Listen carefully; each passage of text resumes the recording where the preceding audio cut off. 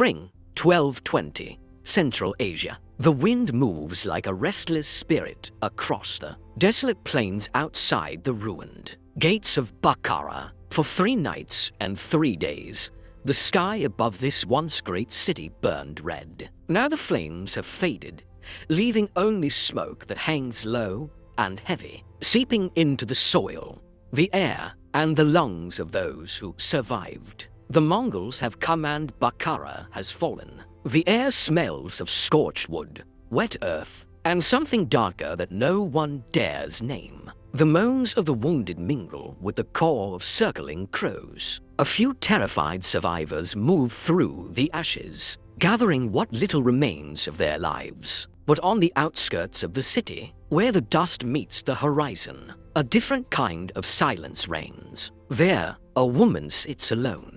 Her name is Turkin Katan, 28 years old, wife of Sultan Muhammad II of Khwarazm, a ruler who, only a month ago, controlled an empire stretching from the Caspian Sea to the mountains of India. Her silk garments, once woven with gold and scented with rose oil, are now shredded, stained with dust and blood that is not hers. The silk clings to her skin like a memory of another life, a life that ended the day the Mongols breached Bukhara's walls. Her wrists are bound with narrow strips of hardened leather tight enough to bruise, engineered to cut deeper if she struggles. Around her stands a circle of Mongol warriors, silent and still. Their armor gleams in the dying light, reflecting not triumph, but discipline. These are not the drunken marauders that rumor describes. These men are soldiers of an empire, precise, methodical, and patient. They wait, not for orders, not for mercy, but for the man who will decide her fate. Turkin's gaze drifts to the city behind her. Bukhara, once the jewel of Central Asia, a beacon of Islamic scholarship and trade. Its mosques are now blackened husks. The famous library that held thousands of manuscripts gone. The Grand Bazaar, where silks from China mingled with spices from India and gold from Byzantium, nothing but rubble. For generations, Bukhara stood as a symbol of civilization and learning. Now, it stands as proof of what happens when one dares to defy the Mongol horde. The woman lowers her head. She knows what is coming. She has seen this ritual unfold in other cities, Khiva, Otrar, and Urgench, where Mongol justice was swift and absolute. She had once believed that her rank, her lineage, her beauty would protect her. She had been wrong. She had been wrong about everything. She was wrong about her husband's pride, the arrogance that led him to execute Genghis Khan's ambassadors and merchants, an act that shattered the fragile bridge between two empires. She was wrong about the strength of her walls and armies, thinking the deserts of Khwarazm would protect her people. And she was wrong, fatally wrong, about the Mongols themselves. They were not the wild barbarians she had imagined. They were something far worse, a civilization built upon conquest, an empire that turned destruction into an art form. They came like a storm without warning, swift and merciless. Cities that resisted were erased from the earth. Those that surrendered were often spared, only to be enslaved. There was no middle ground, no negotiation, only obedience or annihilation. The warriors before her part as one, and a single man steps forward. He is not larger, nor more elaborately dressed than the rest, but every soldier in the circle subtly shifts toward him, their posture instinctively aligned. His name does not matter to her, but history knows such men by many names: generals, enforcers, instruments of empire. He walks with calm authority, as if guided by invisible law. When he stops before her, the silence deepens until even the wind seems to hold its breath. This,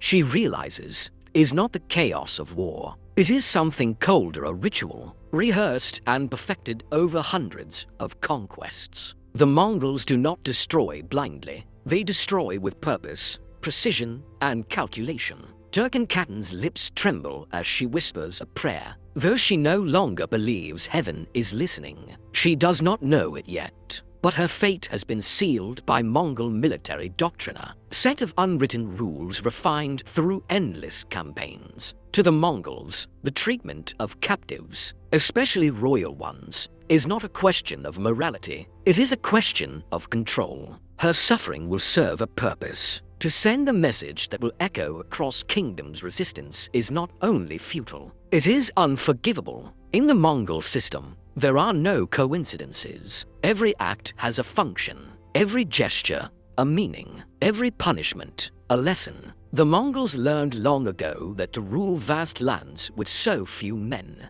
they must master psychological warfare. They understood that armies can be rebuilt, but the will to resist once shattered may never return. To them, terror was a weapon as powerful as any sword. Turkan watches as the commander kneels before her, studying her face. His eyes are not filled with rage or lust. They are empty like those of a man performing a duty. Behind him, the circle tightens. The others remain silent, waiting. It feels less like an army and more like a ritual congregation, bound by an unspoken covenant of conquest. In her mind, she sees her husband fleeing across the desert, pursued by riders faster than the wind. She sees her sons scattering to the mountains, hunted one by one. The Khwarezmian Empire, once one of the most prosperous in the world, is gone. All that remains are the ashes of cities, and the ghosts of those who thought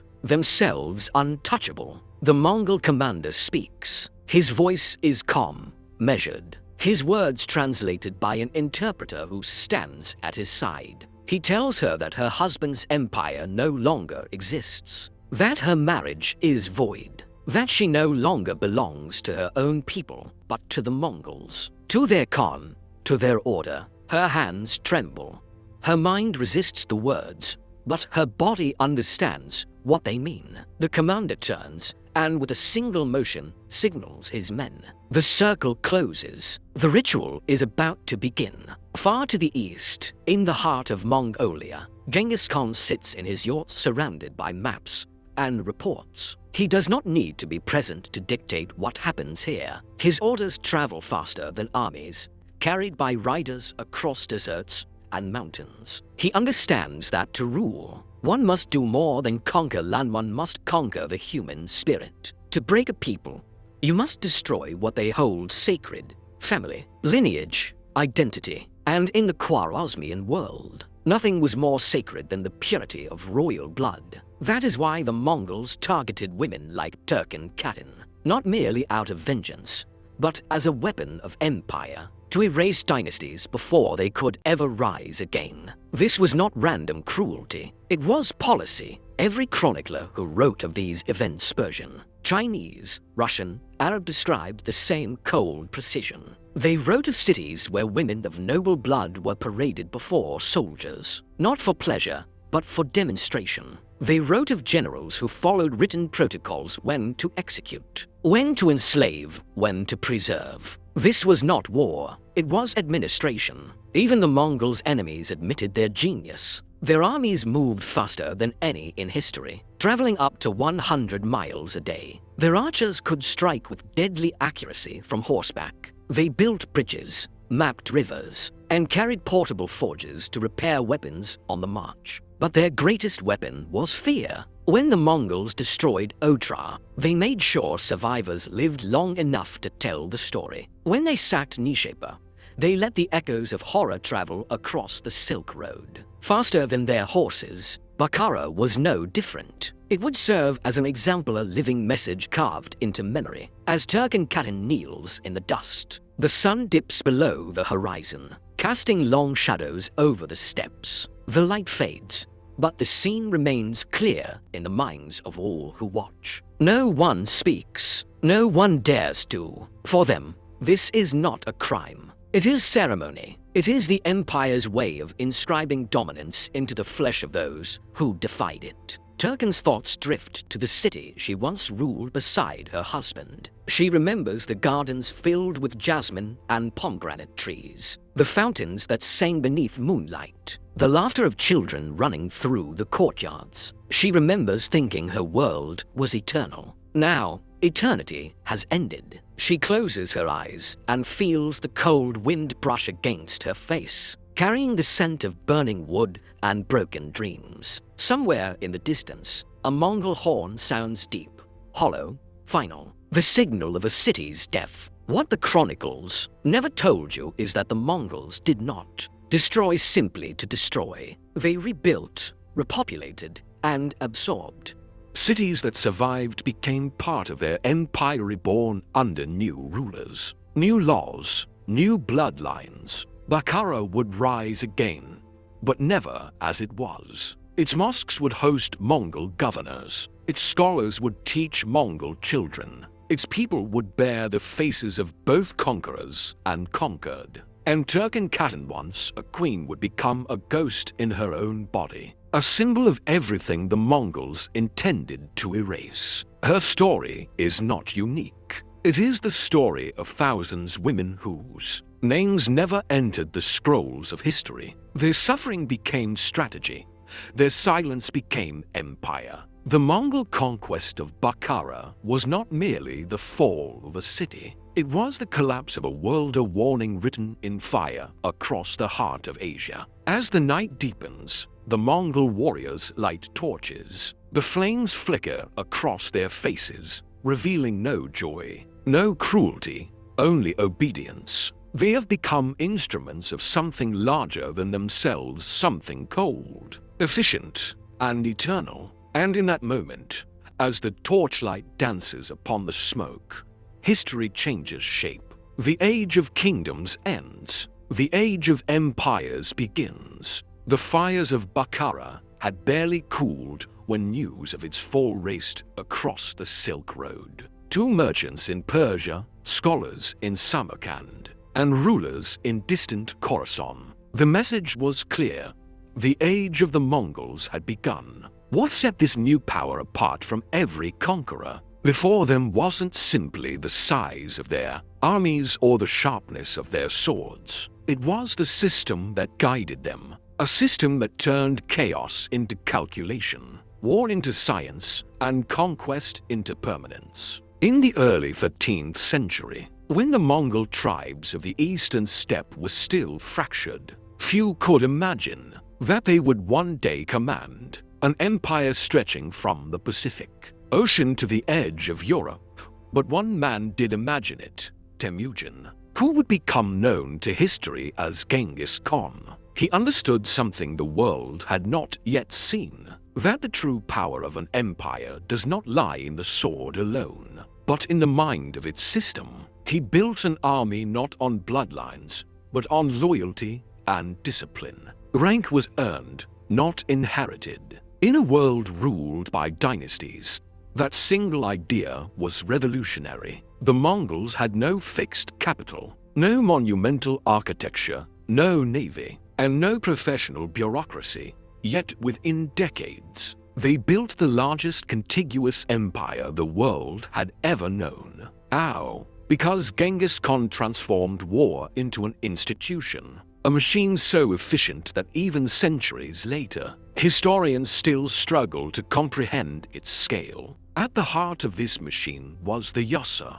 the great law code of the Mongols, part constitution, part military manual, part moral code. It bound every soldier and commander, from the humblest archer to the generals who commanded 10,000 men. Under the Yasa, discipline was absolute. Disobedience, no matter how small, meant death. There was no room for emotion, no tolerance for hesitation. Each man knew his place, and each place served the Khan's vision. When the Mongols set out on campaign, their efficiency resembled a modern army. Every 10 soldiers formed a unit called an arban. 10 arbans formed a jagan. 10 jagans made a mingan, a regiment of 1,000 men. 10 mingans became a tumen, 10,000 horsemen who could ride across the continent like a single living organism. Each man carried multiple bows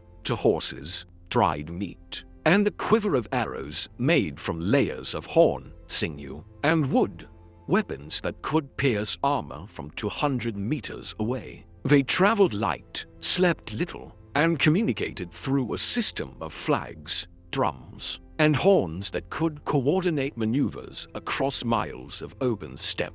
But the Mongol advantage was not just in numbers or tactics. It was in information. They built one of the world's first intelligence networks, sending scouts weeks ahead of their armies to map rivers, fortresses, and trade routes. They used spies disguised as merchants and monks to gather reports on enemy morale, politics, and terrain. Before their horses even crossed a border, the Mongols already knew what lay beyond it. To the cities they approached, this gave the illusion of omniscience, as if the Mongols were everywhere at once, knowing every weakness before a single arrow was loosed. What truly made the Mongols unstoppable was not their arrows, but their understanding of fear. They realized early on that terror could achieve what armies could not. Every campaign followed a pattern, a formula of fear perfected over decades. When a city resisted, it was destroyed completely. Its survivors scattered to tell the tale. When a city surrendered, its people were spared, but only for a time, long enough to spread stories of the Khan's mercy. This created a psychological trap. Submission might save you, or it might not, and that uncertainty was the Mongols' greatest weapon. The results were staggering. Entire regions surrendered without a single battle. Rulers fled before the Mongol banners even appeared on the horizon. The empire expanded not just through conquest, but through anticipation, the fear of what might happen. Chroniclers from Persia, China, and Russia all described this same method. The Mongols didn't rely on chance. They had protocols, recorded orders, dictating exactly how to handle every situation. If a city resisted, its leaders were executed. If it surrendered, its administrators were absorbed into the Mongol system. If its people rebelled after submission, the punishment was total annihilation. They learned to weaponize memory itself. Each city that fell was a warning to the next. Each survivor was a messenger of terror to rule an empire spanning continents. Genghis Khan needed more than victory. He needed order. And so he built one of the most advanced logistical systems of the medieval world. Across thousands of miles, from the plains of China to the deserts of Persia, stretched a network of relay stations called the yuan, a kind of 13th century postal highway. Riders could carry messages, maps, and sealed orders from Mongolia to the edge of Europe in mere weeks. Each relay had fresh horses, food, and shelter. Messengers carried metal badges of authority called pases, allowing them to command supplies wherever they went. This system gave the Mongol Empire something no previous empire had ever achieved: speed of thought. Orders from the Great Khan could reach the battlefield faster than an army could march. This made the empire feel omnipresent,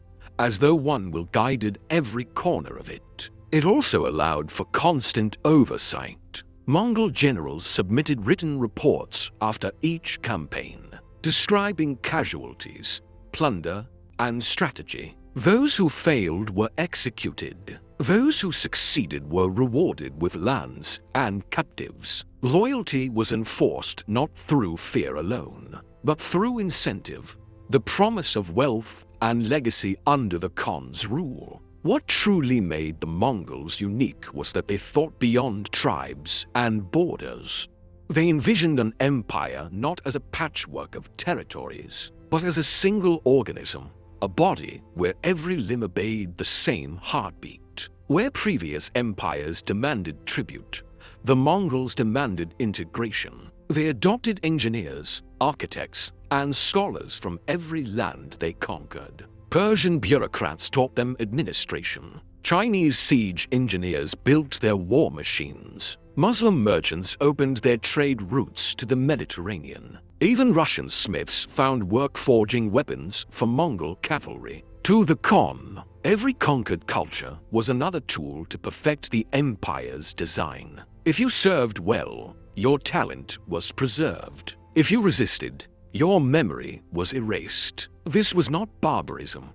It was utilitarian brutality. Everything, even violence, had a function, and it worked. Within a single generation, the Mongols controlled an empire covering nearly 12 million square miles. From Korea to Hungary, from Siberia to the Persian Gulf, their influence stretched farther than Rome ever dreamed. In later centuries, poets and historians tried to make sense of it all. To some, the Mongols were monsters, faceless riders bringing fire and ruin. To others, they were instruments of fate, chosen to punish corrupt empires that had grown soft and decadent. But the truth was far more complex. The Mongols were neither mindless destroyers nor enlightened visionaries. They were engineers of fear, combining ruthless logic with cultural awareness. They studied their enemies as a scholar studies a text,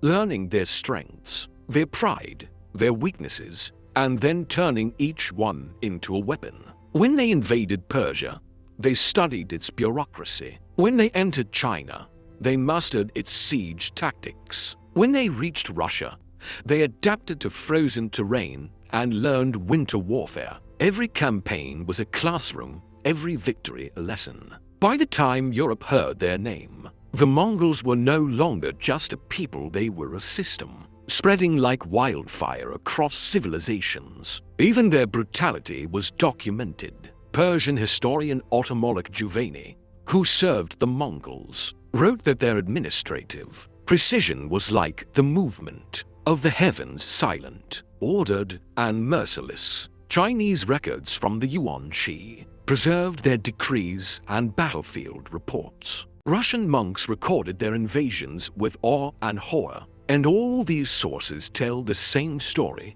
The Mongols operated by design, not by rage. For every city burned, another was spared to serve as a hub for taxes, trade, and soldiers. They established census systems, standardized weights and measures, and created one of the earliest forms of international passport for merchants. Even their conquests fed a larger dream, a world connected by roads, trade, and a single law. And yet, beneath all this order lay the silent foundation of terror. Because the Mongols understood one truth above all: to maintain peace, the memory of fear must never fade. As their banners crossed the Oxus River, word spread to distant kingdoms, to Armenia, Georgia, and the edges of Byzantium. Kings fortified their castles. Merchants whispered prayers over their caravans. No one knew where the storm would strike next.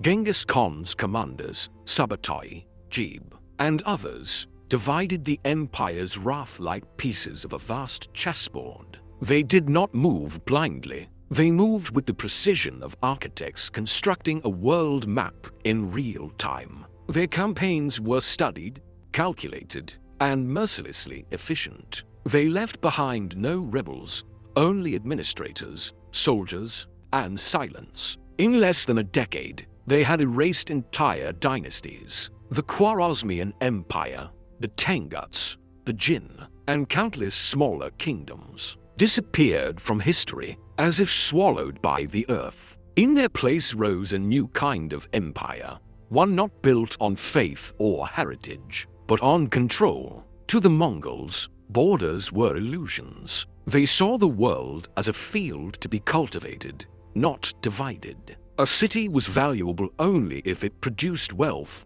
or obedience. A people were valuable only if they could serve the empire's design. Everything else, culture, religion, tradition, was negotiable. And yet, paradoxically, this system of domination also created a strange kind of global unity. For the first time in history, a merchant could travel from China to the Mediterranean under a single political order. The Silk Road, once perilous and fragmented, became a lifeline of commerce and exchange. Ideas, goods, and technologies flowed freely, even as nations burned. Historians call this era the Pax Mongolica, the Mongol peace. But for those who lived through its creation, peace was merely the silence that follows thunder. Centuries later, scholars still debate the Mongol legacy. Some praise their administrative genius and their role in connecting East and West. Others condemn their ruthlessness and the human cost of their conquest. But perhaps both are true. The Mongols proved that empires are not sustained by swords alone. They are sustained by systems, by the ability to replace passion with precision, morality with order, chaos with design. That is what made them endure long after Genghis Khan's death. Even when the empire fractured into smaller states, the Yuan dynasty in China, the Golden Horde in Russia, the ilkhanate in Persia, the same structure persisted. The same machinery of fear and control kept the world turning under Mongol rule. The Mongols did not simply conquer, they redesigned the concept of conquest itself. As night falls again over the Central Asian plains, the embers of Bukhara fade into darkness. But from those ashes rises a system that will dominate the world for a century and haunt its memory for a millennium. The empire of Genghis Khan is not remembered for what it built, but for what it revealed. That power, when stripped of illusion, is nothing more than the ability to make people believe resistance is impossible. The fall of Bukhara was only the beginning. It was not a victory of soldiers over soldiers, it was a demonstration. A message carved into stone and smoke. And that message echoed across the Silk Road with terrifying clarity. No city, no empire, no fortress could resist the Mongols and survive. When the riders left Bukhara's gates behind them, they carried no trophies, no grand parade of slaves or gold. They carried only silence, the kind of silence that spreads faster than any army. In the months that followed, that silence reached the ears of rulers in Samarkand, Merv, and Herat. It whispered of walls that crumbled like sand, of armies that vanished in the wind, and of a conqueror who seemed to fight not for land, but for inevitability itself. Samarkand was not just a city. It was a legend, the jewel of Central Asia, a crossroads of scholars, traders, and poets. Its turquoise dome shimmered beneath the desert sun, and its markets overflowed with silk, jade, and spices from a dozen nations. Its people believed that no power on earth could breach its mighty walls. But as the Mongol banners appeared on the horizon in the spring of 1220, confidence turned to dread. The defenders watched clouds of dust rise from the steppe, dust not made by the wind, but by hundreds of thousands of hooves. Every scout who returned brought the same story. The Mongols were moving within human speed, encircling the city like a tightening noose. Inside Samarkand, panic spread faster than rumor. Sultan Muhammad's generals disagreed on strategy. Some urged negotiation. Others demanded resistance. The city's garrison numbered nearly 110,000 men, Persians, Turks, and mercenaries, but few shared a common language or loyalty. Against them stood a Mongol force less than half their size, yet infinitely more unified. Before the first arrow was fired, the Mongols cut the city's lifelines. They poisoned wells, burned surrounding fields, and blocked escape routes. Then they unleashed their siege engineers, Chinese and Persian captives who built catapults, siege towers, and massive rams capable of splintering stone. The Mongols did not improvise. They executed a plan honed across Asia. Every movement, every signal, every strike followed pattern and protocol. For 5 days, the siege raged. When the city's outer gates fell,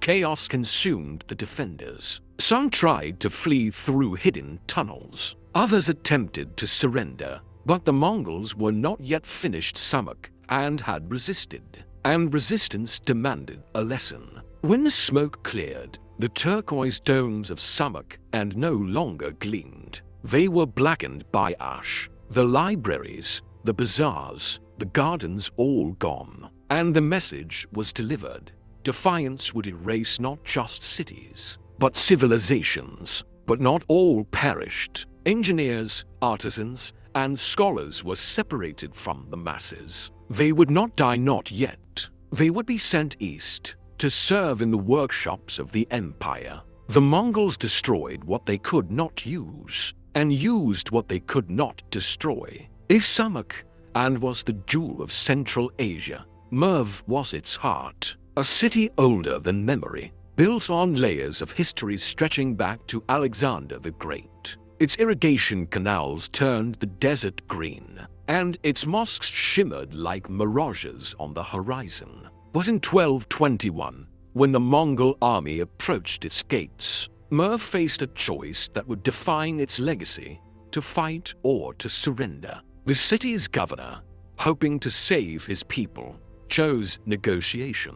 He opened the gates, invited the Mongols to enter peacefully, and presented gifts of gold, silk, and livestock. He believed that submission would buy mercy. For a moment, it seemed he was right. The Mongol commander accepted the tribute, smiled, and even dined with the city's leaders. But the Khan's orders were already written. Merv had harbored soldiers who once fought against Mongol forces. That meant it was guilty, not of rebellion, but of memory. When the signal was given, the illusion shattered. The Mongol cavalry moved like a wave of metal through the streets, silent and precise. There was no time for resistance. In a single day, one of the oldest cities on Earth was erased. Chroniclers would later struggle to describe it. Some said the Mongols counted the survivors by the hundreds. Others claimed none remained at all. But what mattered most was not the number, it was the message. Merv became a myth, a name whispered with fear across the deserts of Khorasan. Further west, the city of Herat watched the rising tide with growing dread. Refugees arrived by the thousands, each with the same story. The Mongols do not stop, they do not bargain, and they never turn back. Herat's ruler, Moloch Habash, fortified his walls and prayed that his city would stand longer than the rest. But the Mongols had already learned every tactic, every defense, every weakness from the cities before. They approached Herat not as warriors, but as architects of conquest. They surrounded the city, cutting off water and trade. They released captives ahead of their army, broken men who carried tales of Bukhara and Samarkand, sowing fear before the first blow was struck. When the assault came, it was swift and methodical. Siege towers rolled forward under clouds of arrows. Catapults rained fire. The sound of the attack drums, horns, hooves became a storm that seemed to shake the earth itself. Within days, Herat's defenses collapsed. The Mongols entered the city, and another chapter of the old world ended. But something changed after Herat. The Mongols no longer needed to destroy every city. Their reputation had grown so vast that entire provinces surrendered before a single arrow flew. Fear had become self-sustaining. The empire now ruled through memory, a psychological empire as vast as the physical one. From Persia to the edges of India, the pattern repeated. Every conquest followed the same script, a balance of terror and reward.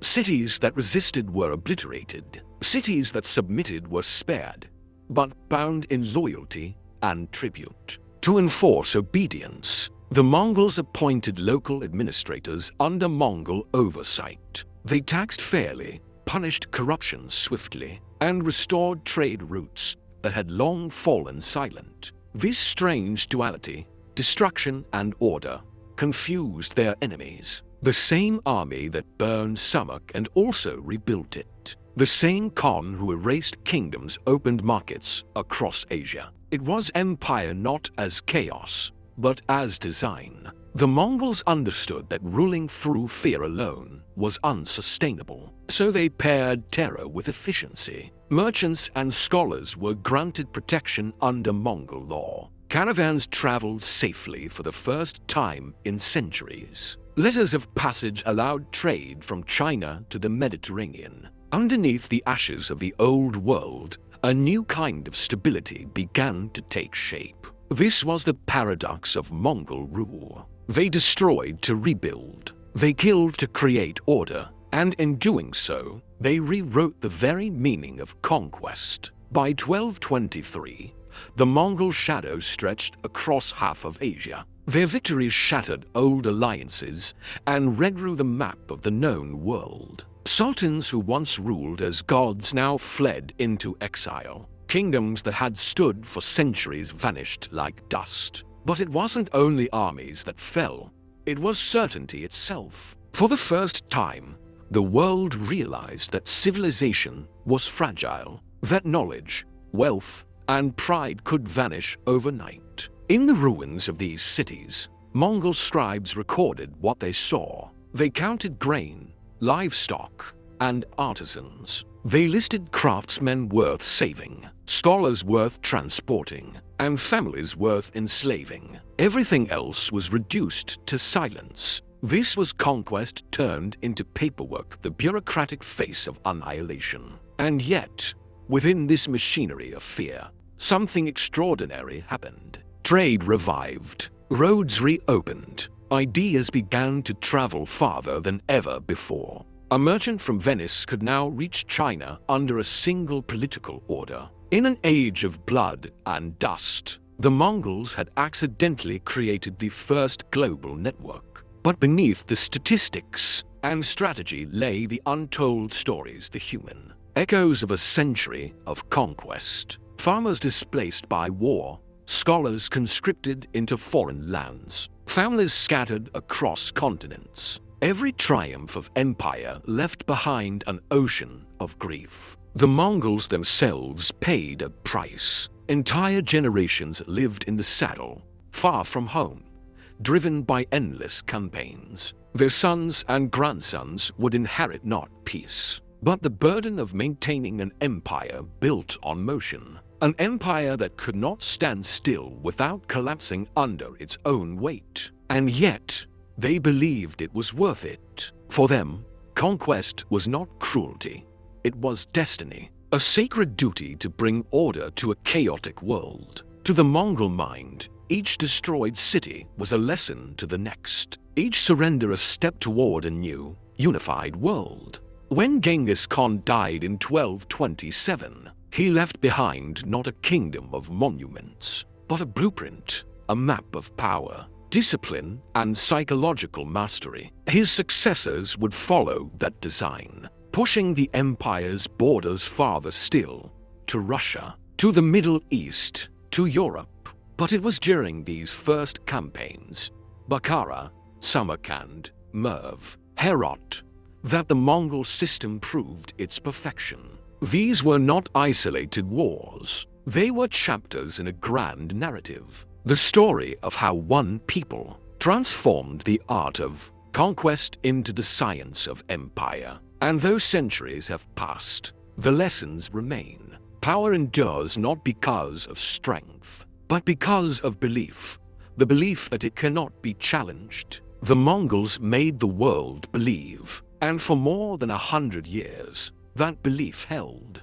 The thunder of hooves has faded. The banners of war lie folded in the dust. What remains is not the roar of conquest, but the echo and empire that once stretched from the shores of the Pacific to the plains of Hungary, now breathing in the silence it created. The Mongols had ridden farther than any army before them, leaving behind a world forever changed. For while the flames of Bukhara and Samarkand had long died out, the ideas those fires ignited would burn for centuries. This is the story of what happened after the storm, how the empire of fear became the blueprint of power. When Genghis Khan died in 1227, few in the West even knew his name. Yet, within 2 generations, his descendants ruled the greatest land empire in history. From Karakoram in Mongolia to Beijing,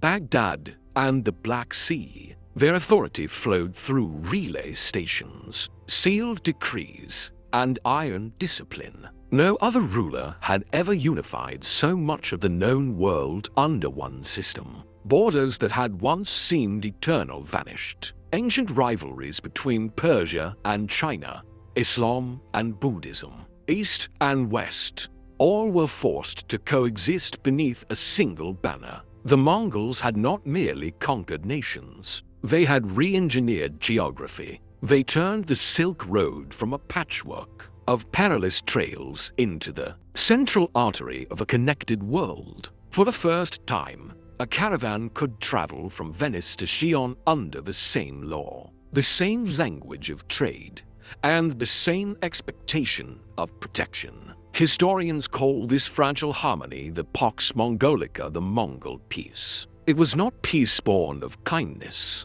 but of exhaustion, structure, and fear held in perfect balance. Yet it worked. Merchants, monks, and envoys crossed thousands of miles with unprecedented safety. Paper money circulated from China to Persia. Gunpowder, compasses, and printing technology began their slow march westward. In the ashes of empires they had destroyed, the Mongols had accidentally built a global economy. After the Great Khan's death, his empire did not collapse, it multiplied. His sons and grandsons divided the world like a cosmic map.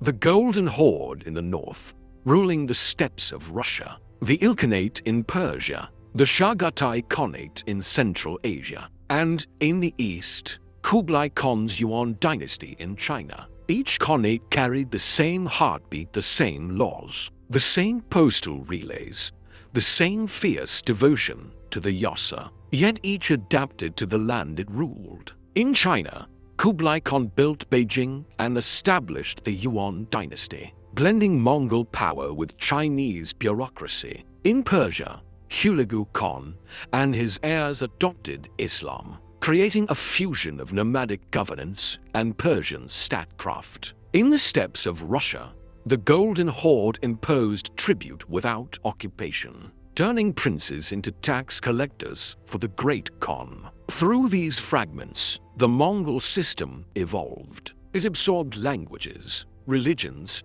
and sciences, until it became something larger than any tribe, a template for empire itself.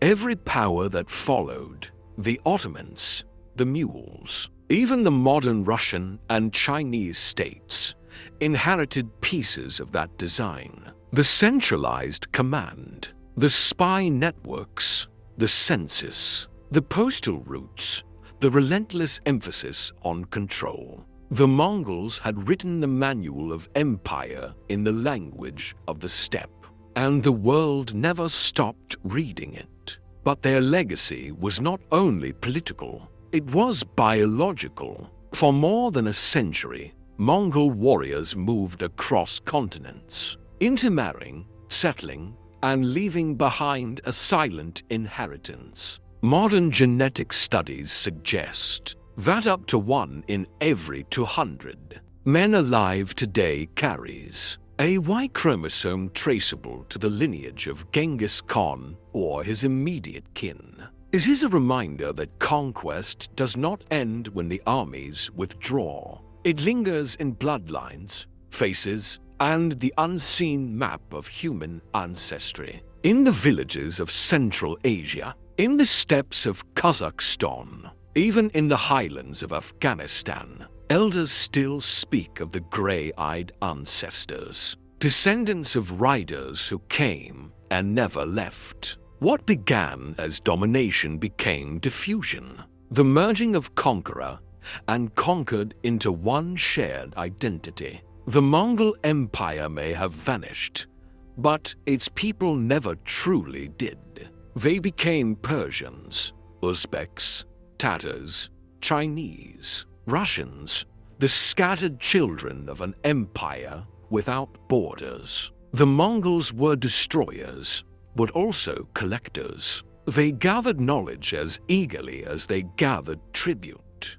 Their empire became the world's greatest archive of ideas. In Karakoram, scholars from Persia debated astronomers from China. In Tabriz and Samarkand, artisans blended Islamic geometry with steppe design, giving birth to a new aesthetic that would later influence Timurid and Mughal art. Mongol patronage carried Persian medicine to China and Chinese printing to the Middle East. Even European travelers, like the Venetian Marco Polo, found a world more connected, diverse, and dynamic than any he had imagined. The Mongols themselves cared little for religion, yet they protected all of them. Buddhists, Muslims, Christians, and shamans served in the same administration. To the Mongol mind, faith was irrelevant, only loyalty mattered.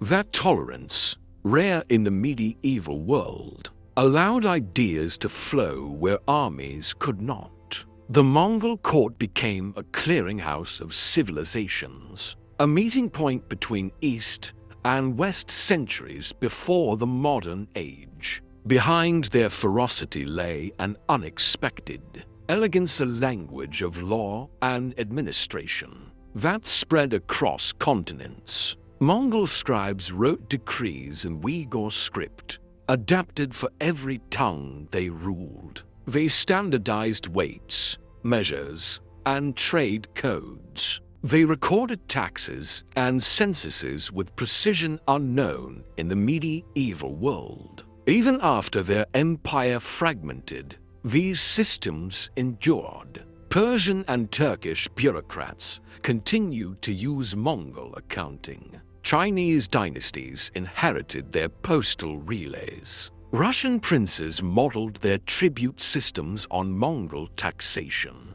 Power, once unleashed, leaves a vocabulary behind. The Mongols gave the world new words for obedience, logistics, and law, words still echoing in the corridors of modern governance. Yet, for all their achievements, the Mongols could never escape the shadow of what made them. Their greatest invention was not a weapon or a system, it was fear itself, perfected as policy. Even centuries later, their name remained a warning whispered in the night. In Eastern Europe, mothers hushed children with tales of the Tartar horsemen. In Persia, poets wrote of cities that vanished like mirages. In China, chronicles remembered the thunder of hooves as an omen of heaven's wrath. But fear, like empire, evolves. Over time, the terror faded, replaced by awe. Historians began to see Genghis Khan not as a monster, but as a lawgiver, a man who forged order from chaos. In Mongolia today,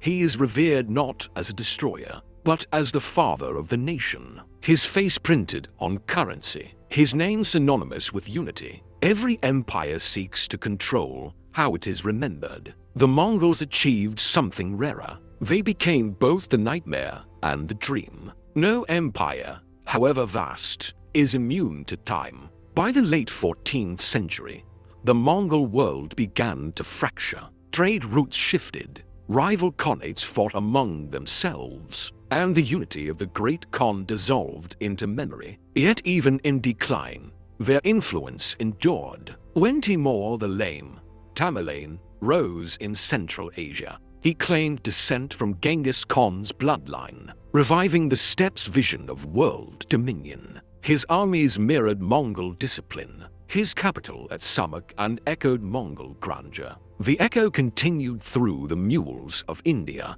who took their very name from Mongol. Through them, Mongol architecture became the domes of Delhi and Agra. Their administrative logic shaped the courts of Istanbul and Moscow. Their strategies were studied by generals from Napoleon to modern warfare academies. The empire had vanished, but its methods lived on, a ghost in every organized state. The Mongols, greatest paradox is that their devastation laid the foundations of the modern world. By unifying Eurasia, they created the first global network of communication and exchange. Through Mongol routes, the Black Death traveled from Asia to Europe, a grim reminder that connection carries both knowledge and plague. But so too did inventions: paper currency, gunpowder, magnetic compasses, and advanced metallurgy. They shrank the planet centuries before steam or electricity. They proved that information, when protected by law and speed,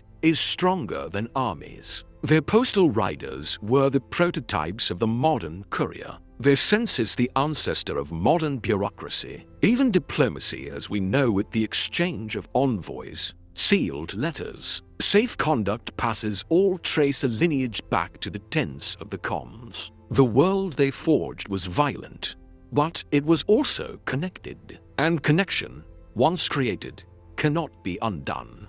8 centuries later, the Mongol legacy endures not in ruins, but in rhythm. Every border drawn across Asia, every trade route that links east and west, every echo of empire that shapes our politics, all carry traces of that 13th century experiment in order through force. Their story warns us of the danger and genius of structure. They showed that human ambition, when organized without restraint, can bend continents. They also showed that fear, once institutionalized, can outlive its creators. And perhaps that is their greatest legacy. Not the cities they built or destroyed, but the idea that power can be designed, engineered, and sustained long after its architects are gone. From the steppes of Mongolia to the skyscrapers of the 21st century, the same blueprint endures: speed, information, discipline,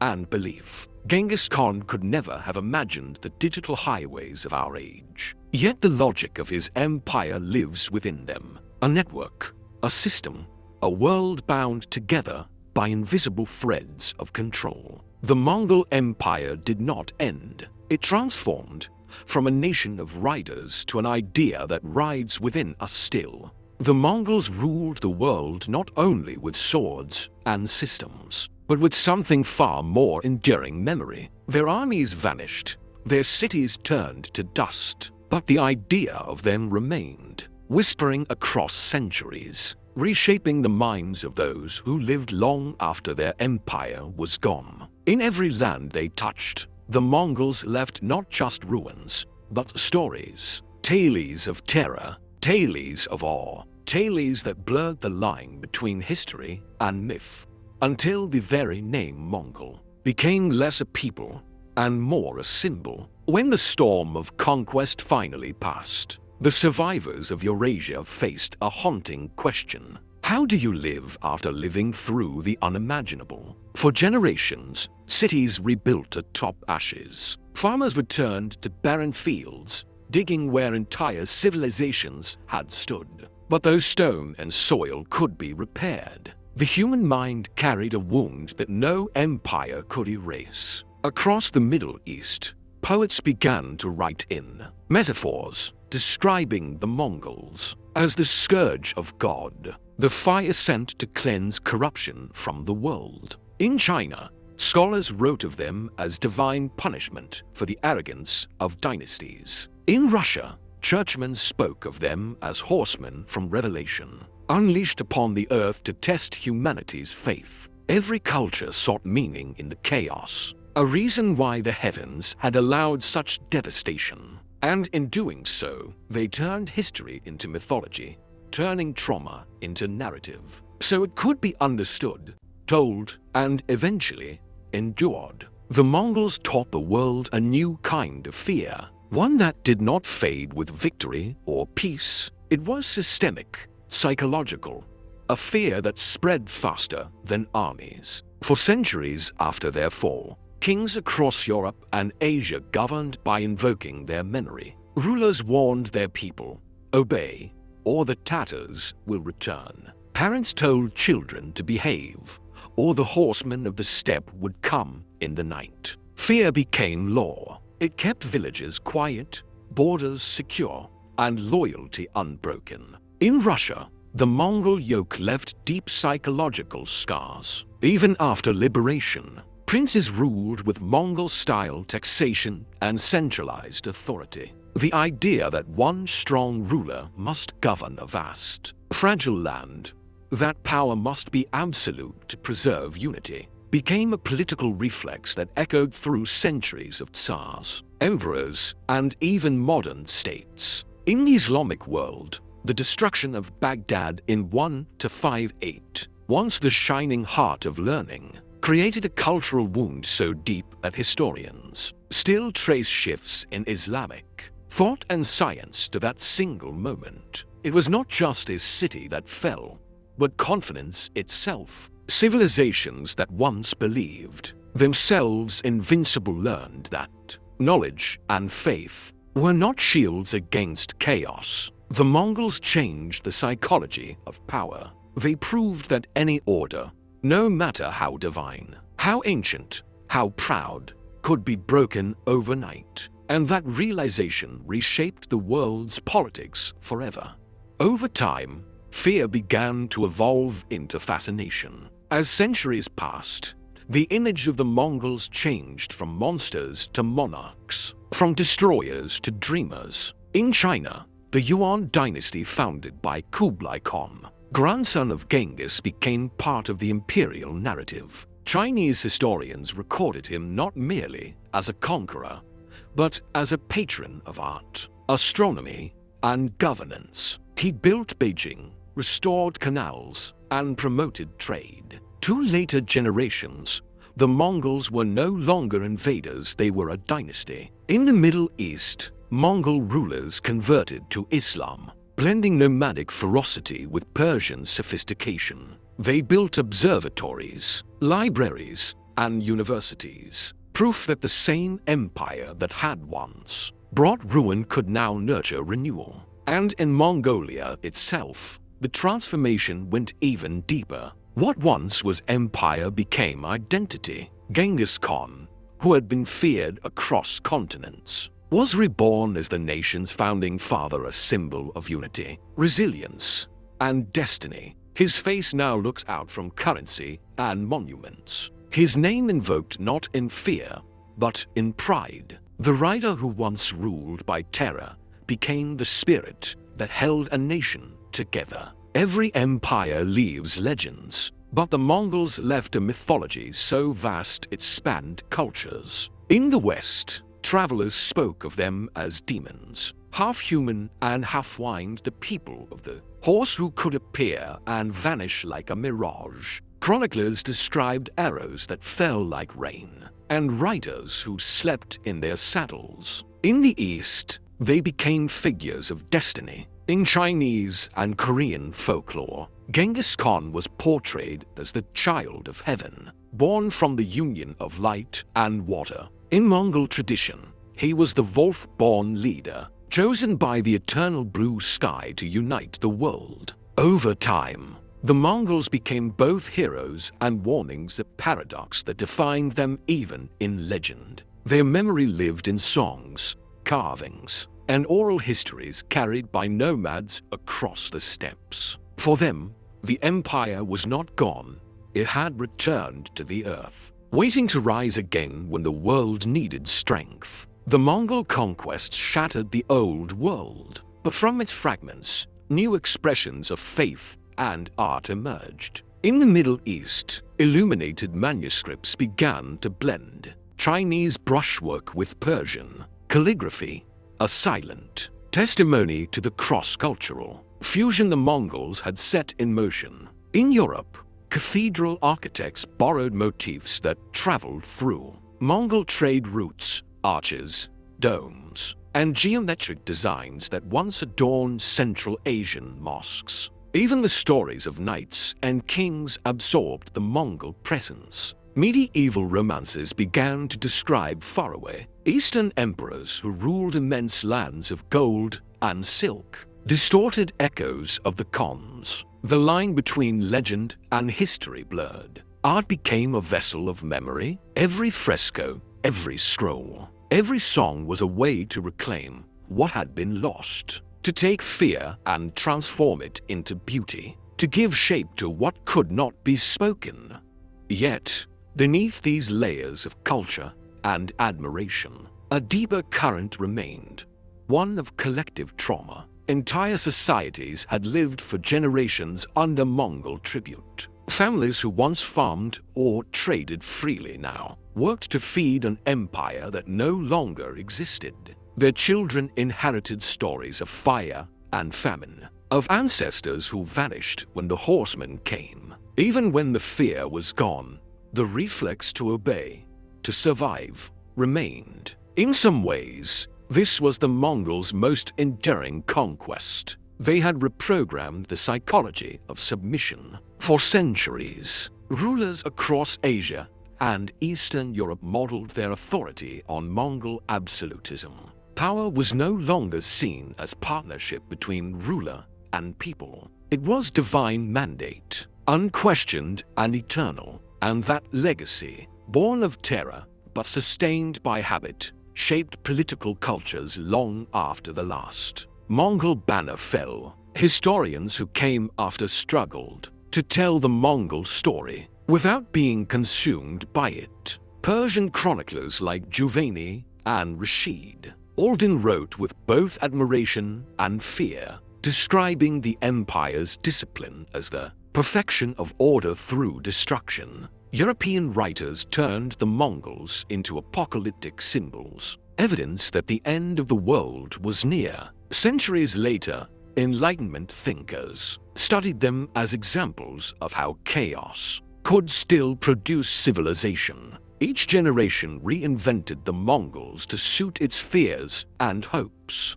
To some, they were proof of the fragility of human progress. To others, they were visionaries who connected continents. And to the modern world, they became a mirror reflecting our fascination with power, technology, and control. Because deep down, the Mongols remind us of something uncomfortable, that progress and conquest often walk the same road, wearing different faces. In the vast steppe of Mongolia, the grass still bends to the same eternal wind. Nomads still ride beneath the open sky, following the rhythm of the seasons. To them, the empire was never truly gone.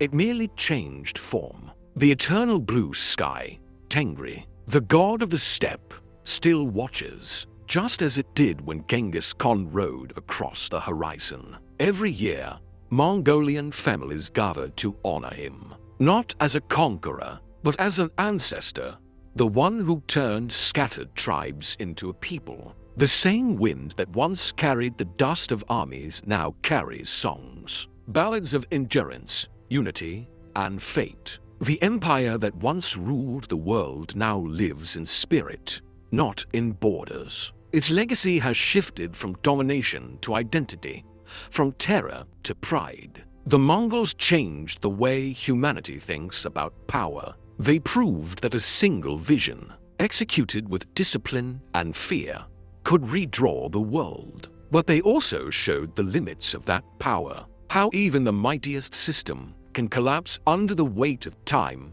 and memory. And yet, their echo persists.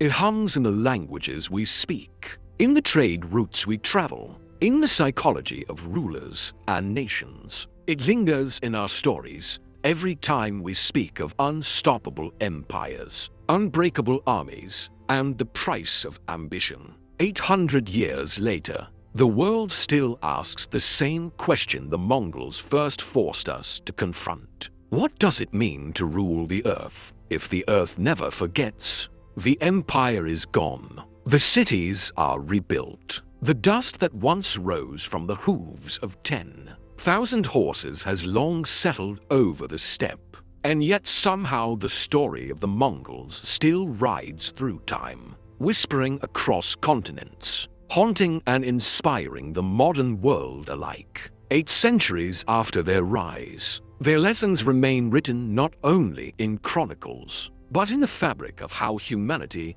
organizes power, movement, and memory. This is not a story about conquest anymore. It is a story about understanding, what the Mongol legacy teaches us about vision, unity, and the paradox of human ambition. When Genghis Khan first looked out across the plains of Mongolia, he saw what no one else could see, a future beyond the horizon. He was born into chaos, raised among tribes at war with each other, where betrayal was survival and loyalty was rare. Yet, from that chaos, he imagined a single order, one law, one leader, one purpose. It began with nothing more than an idea, but that idea moved mountains. It united nomads who had never known peace. It gave them something stronger than fear, direction. Every empire begins with a vision, but few have the courage to pursue it without a map.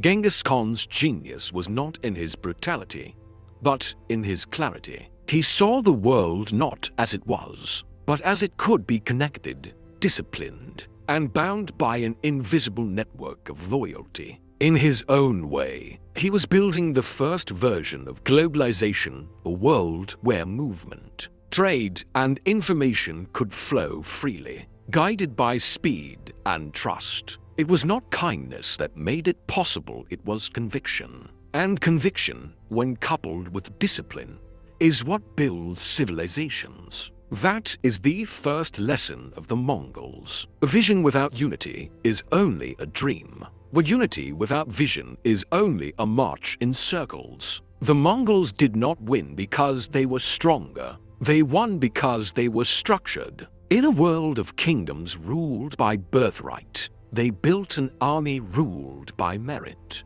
In a time when loyalty was a matter of convenience, they made it a matter of honor. Every soldier, no matter his birth, could rise by skill alone. Every commander, no matter his victories, could fall by disobedience. It was ruthless, but it was fair in its own brutal way. Their discipline created something new, a system that replaced chaos with reliability, and from that reliability came speed. From speed came confidence, and from confidence, empire. In today's world, the same principle echoes quietly in every field. The technology that connects us, the systems that govern us, the networks that bind nations together all rely on discipline and shared rules. Where there is no order, there is collapse. Where there is too much order, there is stagnation. The Mongols mastered the art of balance, the precision of movement within the unpredictability of life. They remind us that the foundations of greatness are not strength or fortune, but structure and trust, two forces stronger than any weapon. The Mongols were not builders of cities, yet they ruled the greatest cities in the world. They were not inventors of technologies, yet they carried inventions across continents. Their genius was not in creation, but in adaptation. Wherever they conquered, they learned. From Chinese engineers, they mastered siege warfare. From Persians, they adopted administration and science. From Turks and Arabs, they learned statecraft and faith. To the Mongols, knowledge was the ultimate weapon, one that could outlast steel. They absorbed the best of every civilization and made it their own. That is why their empire lasted not only in territory, but in the DNA of modern systems. And therein lies the second great lesson. Adaptation is their highest form of intelligence. The moment a nation, an idea, or a person stops learning, they begin to decline. Today, in our fast-moving world, survival belongs to those who can evolve, who can listen, learn, and transform. The Mongols knew that an army that rides in one direction forever will eventually fall off the edge of the map. So they changed course whenever the wind shifted, guided not by stubbornness, but by purpose. But for all their triumphs, the Mongols also left behind a shadow, a reminder that power, if left unchecked, consumes even its creators. They built the largest empire in human history, yet they could not build peace within themselves. When the unity of purpose faded, The same energy that once conquered the world turned inward, con against con, brother against brother. Empires fall not when their enemies grow stronger, but when their vision grows smaller. The Mongols had connected half the world, but they could not connect their own ambitions to restraint. That is their most haunting lesson. The line between order and domination is thinner than a strand of silk. Every age repeats that struggle. Every leader must face the temptation to believe that might makes meaning, and every civilization must remember that power without conscience is not strength, it is entropy, disguised as progress. The Mongols reached the edge of the world, but not the end of human desire. Their fall was not a tragedy of defeat, it was the natural limit of expansion without reflection. Even in decline, the Mongols sowed seeds that still bloom today. They created the first international postal system, the ancestor of global communication. They standardized trade, currency, and measurements, paving the way for global commerce. They proved that cooperation across religions and cultures was not only possible, but practical. Their empire became a bridge, one that carried mathematics, medicine, philosophy, and art across continents. The world that emerged from their dust was not a broken world, but a wider one. Every modern connection, from trade networks to digital communication, traces its logic back to the Mongol principle of movement and exchange. They were conquerors, yes, but in their wake, they left the blueprint for global civilization. When we look at the modern world, the internet, global travel, instant information, we are, in a strange way, living in the empire the Mongols once imagined. A world without borders of distance, a world connected by speed and communication, a world driven by data instead of horsemen. Yet, the questions remain the same. How much power is too much? How much control can one system have before it begins to erode freedom? The Mongols remind us that connectivity can enlighten or enslave, depending on who rides the network. The empire they built was both miracle and warning, proof that efficiency without empathy is a dangerous art. We inherited their vision. The challenge is to balance it with humanity. One of the Mongols' greatest paradoxes was that they were both destroyers and unifiers. They tore down walls only to replace them with bridges.